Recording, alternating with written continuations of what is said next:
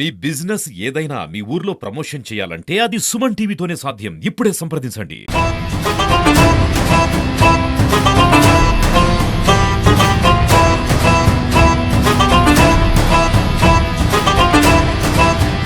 ఈరోజు రొంపిచెర్ల మండలంలో సుపరిపాలన తొలి అడుగు కార్యక్రమాన్ని నిర్వహించినారు. ఉంగనూరు ఇన్ఛార్జ్ చల్లా రామచంద్రారెడ్డి ఈ కార్యక్రమానికి హాజరయ్యారు.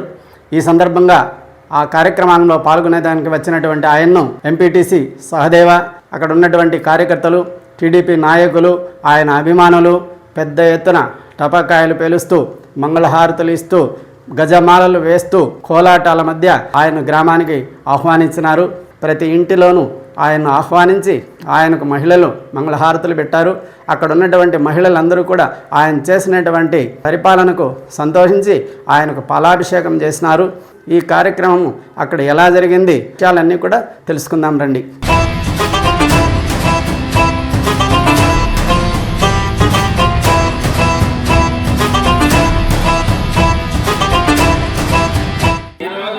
చంద్రబాబు నాయుడు ప్రభుత్వం వచ్చి ఒక సంవత్సరం పూర్తయింది. మీకు అందరికీ తెలుసా? గట్టిగా చెప్పాలా? మీరు అడిగిన దానికి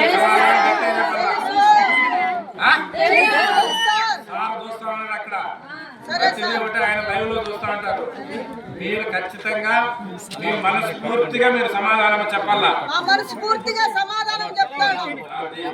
ఒక సంవత్సరం అయింది. ఈ రోజు పరిపాలన ఎట్లుంది? బాగుందా బాగలేదా? గట్టిగా చెప్పాలా. ఈ రోజు సంవత్సరంలోనే మనకు చెప్పిన మాట సూపర్ 6 పథకాలు ఆ రోజు చెప్పాడు. మహిళలకు అందరికి కూడా ఎంతమంది పిల్లలుంటే ప్రతి కుటుంబానికి ఎంతమంది బిడ్డలకుంటే అంతమంది బిడ్డలకు చదువుకున్న దానికి డబ్బులు ఇస్తానని ఆ రోజు మాట చెప్పాడు. అదేవిధంగా ఉచిత గ్యాస్ ఇస్తా అన్నాడు. 3 సిలిండర్ల గ్యాస్ వస్తా ఉందా? ప్రతి ఒక్కటి కూడా రేపు నెలలో మీ అందరికి మహిళలందరికీ కూడా ఆర్టీసీ బస్సుల్లో ఎక్కడికి వెళ్ళినా ఉచిత ప్రయాణం. మీకు టికెట్ లేకుండా ఫ్రీగా బస్సు ఎక్కేసి వెళ్ళిపోవచ్చు. మహిళలకు బస్సు సౌకర్యం ఫ్రీగా పెడతాడు. చంద్రబాబు నాయుడు ముఖ్యమంత్రి అవుతానే 3000 నుంచి ఎంత చేసినాడు? ఒకేసారి ఎంత పెంచినాడు? 4000 పెంచినాడు. ఆ ఘనత చంద్రబాబు నాయుడు తగ్గింది. ఆ డబ్బులతో ఎంతో మంచి సౌకర్యాలు చేస్తున్నారు. ఎన్నెన్నో కార్యక్రమాలు మీరు ముందుకు తీసుకుంటున్నారు.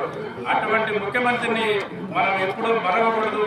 మీరు కూడా ప్రతి స్థావన ఎప్పుడన్నా వారానికి 2 వారాలకు మహిళలు డాక్రా సంఘాలు కూర్చున్నప్పుడంతా చంద్రబాబు నాయుడు గురించి చర్చ జరపల్ల ఈ రాష్ట్రంలో ముఖ్యమంత్రిగా ఉండాలని చెప్పి మీరందరూ ఆశీర్వదించాలని చెప్పి తెలియజేసుకుంటూ మనమందరం మనస్ఫూర్తిగా చంద్రబాబు నాయుడుకు తెలిసేట్టుగా 10 సంవత్సరాలు ముఖ్యమంత్రిగా ఉండాలని మీరు దీవించాలని చెప్పి ఆశిస్తూ సెలవు తీసుకుంటున్నాను. జై హింద్.